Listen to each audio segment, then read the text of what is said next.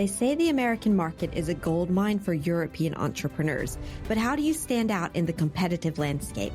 I'm Christina Rubafe-Broaddus, the American market alchemist, and I believe that anyone can write their U.S. success story to amplify their influence and scale their impact beyond the borders of their home market. In this podcast, you'll hear inspiring stories and practical advice from American market experts and European entrepreneurs who are making an impact in the U.S. Tune in each week for a dose of motivation and tactical tips to build your influence and visibility in the world's largest market so you stand out, attract more clients, and turn your European business into American gold. Now, let's dive in. If your pitch to American clients keeps failing, there's a reason. And today I'll show you why and also what needs to change for your pitch to work in the US market. If you don't know me, I'm Christina Rubafe-Broaddus. I'm the founder of the company American Market Alchemist.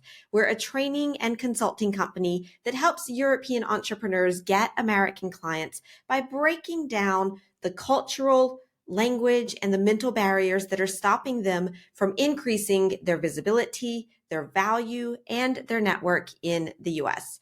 Now, in my 20 years of working with over 1,000 European businesses, they've won multi-million-dollar contracts with American clients. In other words, I've spent a lot of time looking at the differences in the mentality and the approaches that can make or break your deals with Americans. Now, most European entrepreneurs struggle to land American clients. And if you've ever wondered why, I have, but one of the biggest areas that can be pretty quickly improved is your pitch. For Europeans, pitching to American clients often feels like they're navigating in this whole different world. Now, it's not just about language. It's not just about your product or your service, although of course those things are important. No, it's about this whole different way of doing business. And that's where a lot of entrepreneurs, they just hit a wall.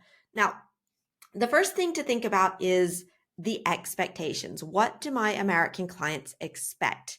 Now, the best way to know this is to actually talk to your American clients and interview them and to ask them. However, something that you should keep in mind that I can help you with right now is just to remember that American clients think differently about the business decisions. They don't necessarily need to build up that relationship first. They want to know right away what your service or your product will do for them. And it's all about results, return on investment from the very start. American clients have a very strong sense of what's in it for me? What am I going to get out of this? And if you don't answer that question early on in your pitch, it's very easy to lose their attention and therefore to lose the deal. Just to contrast this, in a lot of situations here in Europe, I feel that European providers, the whole client provider relationship is a little bit different. They have to spend the time building up the trust, building up the rapport with the person. And the time spent doing that, you assume that is laying the foundation for future business. But for Americans, that sense of trust, it doesn't come, we don't build the relationship and then decide to do business. We decide to do business, and that's how I say, okay, I can really trust this person. And that trust came from seeing results. So that's why they're willing to maybe take a little bit of a gamble on working with someone that they don't know, or who's kind of a new player in the market, because the trust is going to come from the results. Now, if you lose that trust because you don't get those results, then you'll lose the contract as quickly as you signed it. Another major difference can be pricing. Now, American clients can interpret your pricing as a signal of your service's value. So very often European entrepreneurs have a tendency to think, I need to lower my price in order to make it more accessible, to make it more approachable so that people don't think it's too expensive. it's just a different approach to pricing.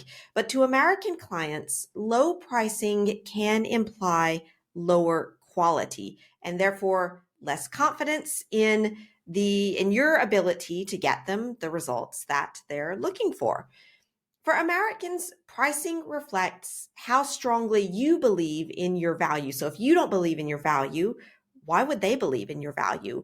When you price for quality, it tells the client that you're confident in the results that you will get for them. And they're often willing to pay more if they see that there is a clear return on investment. So that's what we're looking for. We're not looking for the best price. We're looking for the best return on investment. So pricing is also a form of communication in the US market.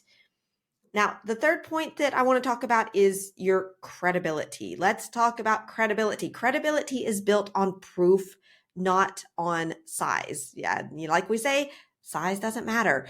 European providers sometimes think that their smaller size, the fact that they're going into this big market, is a disadvantage in the US. But Americans are used to choosing specialists over generalists, regardless of company size, and they're often willing to pay more for that specialist. We often take the example of saying, who do you pay more, your generalist doctor or the cardiologist? Well, it's the cardiologist because they are specialized. It's not that he has a bigger practice or more clients, generally on the contrary. So what's important is the proof of your expertise, not the size of your company.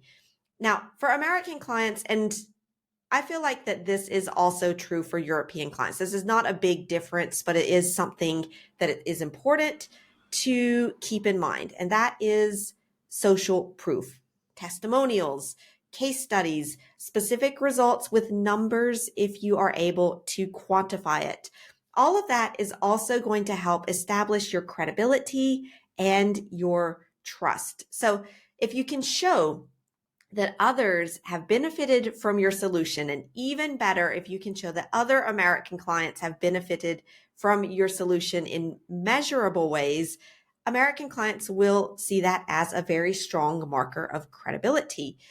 So keeping all of that in mind, just know that pitching to Americans successfully is in big part about understanding their mindset, that they value clear results, clear return on investment, confident pricing, and also social proof and specialized expertise, which helps to increase your credibility. And by adjusting this approach, making sure that you highlight these things in your pitch and that you show that you are able to meet their expectations, not just speak their language. Again, of course, although that is important, but when you're able to do all of that, you're able to position yourself as a go-to expert that they can trust. Now, to stand out in the noisy American market, just know that, you just need to know what American clients expect and why they expect it. That's a very strong point that can really help you to improve your pitch even more. And like I said, the best way to do that is to go out there and talk to your American clients. But if you're not able to do that, just take into consideration the things that we've talked about in this video. Now, if you want to learn more about how to make more revenue with American clients and stand out in the American market, join me for my next Transatlantic Entrepreneur Workshop. I run these workshops about every 2 weeks. They're totally free, and you can go and get the date and the time for the next one in the link below this episode.